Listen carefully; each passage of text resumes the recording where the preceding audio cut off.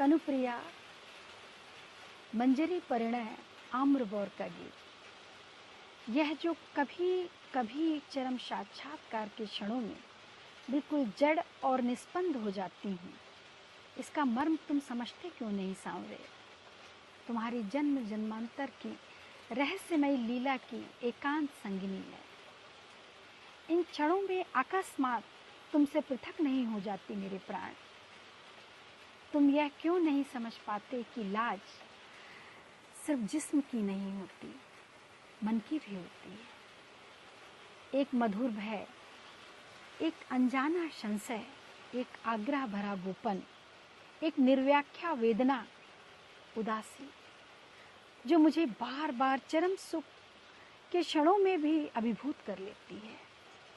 भय, संशय, गोपन, उदासी, ये सभी ढीठ चंचल सरचढ़ी सहेलियों की तरह मुझे घेर लेती हैं, और मैं कितना चाह कर भी तुम्हारे पास ठीक उसी समय नहीं पहुंच पाती जब आम्र मंजरियों के नीचे अपनी बांसियों में मेरा नाम भरकर तुम बुलाते हो। उस दिन तुम बौर लदे आम की झुकी डालियों से टिके कितनी देर मुझे बंसी से टेरते रहे।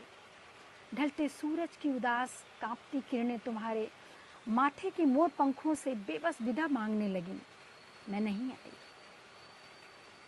गाय कुछ क्षण तुम्हें अपनी भोली आंखों से मुंह उठाए देखती रही, और फिर धीरे धीरे नंदगांव की पगडंडी पर बिना तुम्हारे अपने आप मुड़ गई। मैं नहीं आई। यमुना के घाट पर मछुओं ने अपनी नावें बांध दी और कंधों पर पतवारें रख चले गए। मैं नहीं आई। तुमने वंशी होठों से हटा ली थी, और उदास मौन तुम आम्र वृक्ष की जड़ों से टिक कर बैठ गए थे, और बैठे रहे बैठे रहे बैठे रहे। मैं नहीं आई, नहीं आई, नहीं आई। तुम अंत में उठे। एक झुकी डाल पर खिला एक बौर तुमने तोड़ा और धीरे धीरे चल दिए। अनमने तुम्हारे पांव पगडंडी पर चल रहे थे, पर जानते हो तुम्हारे अनजान में ही तुम्हारी उंगलियां क्या कर रही थी? वे उस आम्र मंजरी को चूर चूर कर श्यामल वन घासों में बिछी उस मांग से उजली पगडंडी पर बिखेर रही थी। यह तुमने क्या किया प्रिय? क्या अपने अनजाने में ही उस आम के बौर से मेरी क्वारी उजली पवित्र मांग भर रहे थे सांवरे?